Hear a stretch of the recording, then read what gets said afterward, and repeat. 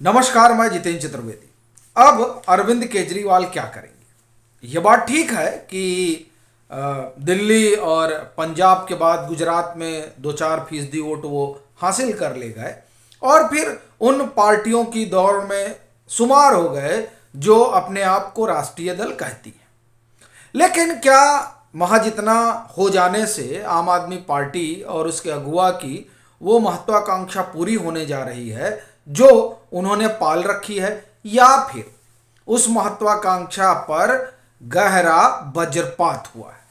अब देखिए, ये जो वज्रपात कहा जा रहा है ये दरअसल यूं ही नहीं, ये बात छिड़ी है। इसके पीछे दो तीन बड़ी महत्वपूर्ण वजहें हैं और वो वजह उसी पंजाब से शुरू होती है जिस पंजाब ने अरविंद केजरीवाल को पंख लगाए। वैसे ही जैसे दिल्ली में 2013 में जो उनको 28 सीटें मिली थी विधानसभा चुनाव में, तो उनको ये लगा था कि अब उस समय आज लोक कल्याण मार्ग और तब उसका नाम हुआ करता था रेस कोर्स, तो 7 RCR, उनको लगा था कि साहब अब वहां तक हम बड़े आराम से पहुंच जाएंगे और उसी आप ये कह सकते हैं कि सफलता के मद में चूर अरविंद केजरीवाल बनारस पहुंचते हैं और फिर वहां जो हालात उनके होते हैं उसके बाद वो कान पकड़ लेते हैं और फिर उस उड़ान से बाहर निकल जाते हैं। लेकिन पंजाब ने उन्हें एक बार फिर वो सपना देखने का जज्बा दिया। लेकिन वही पंजाब ऐसा लगता है कि उस जज्बे को चूर चूर करने की तरफ बढ़ चला है क्या?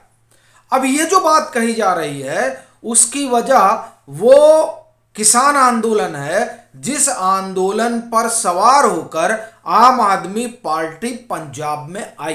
देखिए, दिल्ली में जो आए वो, या आप ये कहिए कि जो उनका जो राष्ट्रीय फलक पर उभार हुआ दिल्ली के जरिए, उसमें एक बड़ी वजह थी अन्ना आंदोलन, जिसके जरिए उन्होंने अपनी एक पहचान बनाई और फिर वो दिल्ली की सरकार में आ पाए कांग्रेस को हटाकर।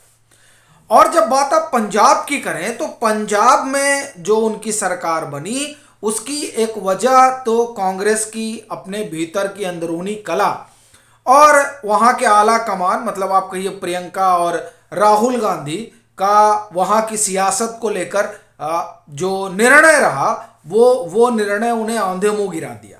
और फिर अकाली को लेकर वहां के लोगों में जिस तरह का आक्रोश था वो भी एक कारण था। लेकिन जो जमीन तैयार की थी वो किसान आंदोलन ने तैयार की थी। अब उन किसानों का मोह अरविंद केजरीवाल से भंग हो चला है। अभी 9-10 महीने बीते हैं, लेकिन उन 9-10 महीनों में अब वो एक बार सोचने लगे हैं कि क्या उनका निर्णय सही था। और ये जो सुगबुगाहट है, ये सुगबुगाहट 2024 के लिहाज से आम आदमी पार्टी के लिए बहुत बेहतर नहीं है, क्योंकि जो किसान दिल्ली घेर कर बैठ सकते हैं वो किसान आम आदमी पार्टी की सरकार के खिलाफ देश भर में माहौल बनाने के लिए निकल सकते हैं। गुजरात इस बात का उदाहरण है। वहां वो लोग गए बजाबते और उन्होंने बताया कि साहब इनके वादों में मत फंसिएगा, ये वादा करके तो आ जाते हैं लेकिन फिर पूरा नहीं करते हैं। और ये सवाल न सिर्फ वहां की आवाम बल्कि वहां का विपक्ष भी उठा रहा है और इस तरीके का आरोप आम आदमी पार्टी की सरकार पर लगा रहा है। तो अब जो पंजाब इनके लिए उड़ान का सबब बना था, उसी पंजाब से जो आवाज उठ रही है वो आम आदमी पार्टी के लिए चिंता का सबब बनती जा रही है।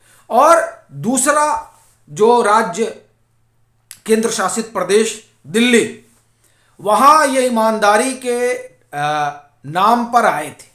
वहां इन्होंने बिगुल यही फूका था कि साहब हम तो कट्टर ईमानदार हैं, अभी भी ईमानदारी की दुहाई देते रहते हैं। लेकिन इस दुहाई का आलम यह है कि पिछले अगर 7-8 महीने के आप अखबार पलट कर देख लें और जांच एजेंसियों की छापेमारी पर गौर करें तो आपको पता चलेगा कि तकरीबन 400 से 500 छापेमारी, या हो सकता उससे ज्यादा हो, वो किससे जुड़ी रही? आम आदमी पार्टी के नेता और मंत्रियों से। वो किससे जुड़ी रही? आम आदमी पार्टी के नेता और मंत्रियों के घपले और घोटाले से। और अगर आप ईडी और सीबीआई की हिरासत देखें दिल्ली सरकार के लिहाज से आम आदमी पार्टी के भीतर, तो वो उनकी भी एक अपनी फहरिस्त है। 10 साल जिस पार्टी को आए हुआ, उसके दर्जन भर से ज्यादा नेता आप ये कहिए कि ईडी और सीबीआई के शिकंजे में है। ये अपने आप में बड़ी बात है। और जो उनके सबसे विश्वस्त सिपा सालार और नवरत्नों में शुमार हैं, वो दोनों लोग जो है एजेंसियों के रडार पर है। और वो उनका कौन साहब है, कौन नायर साहब हैं, देखिए ध्यान, नाम उनका ध्यान नहीं आ रहा है। वो तो कहा जाता है कि इनके आंख का नाक है और वो एजेंसियों के आप ये कहिए कि शिकंजे में है। और शिकंजा क्या, ऐसा कि वहां तो कई चीजें तोते की तरह बाहर भी निकल रही हैं। और डर का आलम ये हो गया कि उन लोगों को कोर्ट तक जाना पड़ा कि साहब यहां से चीजें जो है वो मीडिया को दी जा रही हैं। कुल जमा कहानी यह है कि दिल्ली हो या पंजाब, यहां जिस तरह से आम आदमी पार्टी की सरकार काम की, उस कामकाज ने दो बातें स्पष्ट कर दी। एक तो ये कि साहब ईमानदारी का ढिढोरा पीटा गया, और दूसरा ये कि किसानों के नाम पर जो वोट बटोरा गया और नशे बंदी के नाम पर जो माहौल बनाया गया, और फ्रीबीज जो आरोप आम आदमी पार्टी के ऊपर लगता है, जिसके जरिए एक बड़े मतदाता वर्ग को अपने साथ जोड़ने की कवायद हुई, वो तमाम बातें सिर्फ जुबानी खर्च साबित हो रही हैं और ऐसा कुछ जमीन पर उतरते दिखाई नहीं दे रहा है। इस बात ने आम आदमी पार्टी की समस्या को बहुत बढ़ा दिया है। और एक तो कहा जाता है कि करेला और उस पर वो नीम चढ़ गया, तो अब तीखापन बढ़ ही जाता है। तो एक तो इनकी जो अपनी कारगुजारियां हैं वो इनके आधार को खिसका रही हैं, और दूसरा जिनकी जमीन पर आम आदमी पार्टी ने अपनी सियासत खड़ी की थी, अब वो अपनी जमीन को दोबारा हासिल करने के लिए सड़कों पर उतर पड़े। और वो जो सड़कों पर उतरे, उसने आम आदमी पार्टी की बुनियाद को हिला दिया है। क्योंकि वो जो इमारत खड़ी हुई है वो आम आदमी पार्टी के सरकार की, फिर वो चाहे दिल्ली की हो या पंजाब की, उस इमारत में जो ईंटें लगी हुई हैं वो दरअसल कांग्रेस के आधार की है। और जिस तरीके से पंजाब में हश्र दिखाई दे रहा है आम आदमी पार्टी की सरकार का, जिस तरीके का हश्र दिल्ली में दिखाई दे रहा है आम आदमी पार्टी की सरकार का, और जिस तरह से कांग्रेस निकली है, उससे एक बात तो नजर आने लगी है, वो ये कि इनकी जमीनें दरकने लगी हैं। और जिसका संकेत एमसीडी के चुनाव में दिखाई दिया था कि वो जो वोट है वो वोट किस तरीके से आम आदमी पार्टी से कांग्रेस की तरफ शिफ्ट हुआ है। चूंकि दिल्ली हो या पंजाब, यहां जो सरकार खड़ी है आम आदमी पार्टी की, वो कांग्रेस की जमीन पर ही अपना उसका महल खड़ा हुआ है। तो जाहिर तौर पर जब कांग्रेस अपने उस जमीन को ऑक्युपाई करेगी तो इनका महल गिरेगा। और ये इसलिए भी कहा जा रहा है क्योंकि एक तो जो कुछ दुश्वारियां वहां लोगों के सामने आ रही वो तो है ही हैं, साथ ही साथ लोकसभा के चुनाव में जो वोटिंग पैटर्न होता है वो एकदम अलग और अलहदा किस्म का होता है।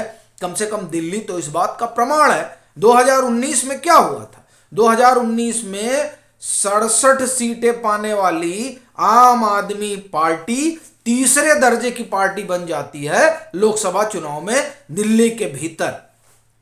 तो इससे यह अनुमान लगता है कि जो लोकसभा का चुनाव होगा उसमें पंजाब में आम आदमी पार्टी का क्या हश्र होने जा रहा है। कोई बड़ी बात नहीं कि दिल्ली की तरह वहां भी उनको एक सीटें न मिले। और जो स्थिति दिल्ली में आम आदमी पार्टी की है उसको देखते हुए ऐसा नहीं लगता है कि लोकसभा चुनाव में वो कुछ बड़ा जादू करने वाले हैं दिल्ली में उन 7 सीटों पर, और गुजरात की 14, माफ करिए, पंजाब की 14 सीटों पर। तो जाहिर तौर पर आम आदमी पार्टी और केजरीवाल की समस्या तो अब दिन दूनी रात चौगनी बढ़ने लगी है। अब ये देखने वाली बात होगी कि वो इसका हल कैसे निकालते हैं। अभी के लिए फिलहाल इतना ही। अगर आप मतांतर से नहीं जुड़े हैं तो जुड़िए, वीडियो को लाइक कीजिए, शेयर कीजिए और अपने सुझाव जरूर साझा कीजिए।